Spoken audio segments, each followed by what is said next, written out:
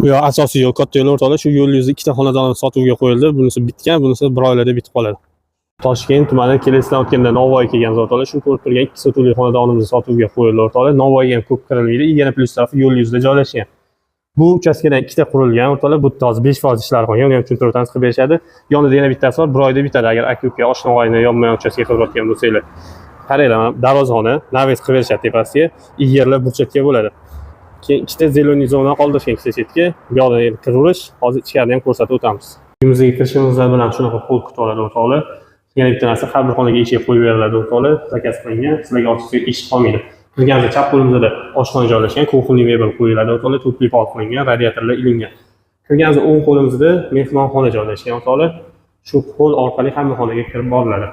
Bu yoqda birinchi yotoqxonamiz joylashgan. Xonaning balandligini 3,5 metr qoldirilgan ekan. Bu yoqda ikkinchi yotoqxonamiz. Bu yoqda umumiy yuvinish xonasi joylashgan. Bu yoqda oxirgi 3-chi yotoqxonamiz. Buni ham ichida o'zining yuvinish xonasi bor. Buni ko'rsatib o'tamiz sizlarga. Narxiga keladigan bo'lsa 73 ming so'rashyapti. Yana tepasiga kelsanglar kelishtirib berishadi. Agar ikkita yonma-yon qidirayotgan bo'lsangiz, yonida yana bittasi bor. Bunisi bir oylarda bitib qoladi. Pastda egalarning nomerini qoldiramiz. Bemalol telefon barga qilsanglar bo'ladi.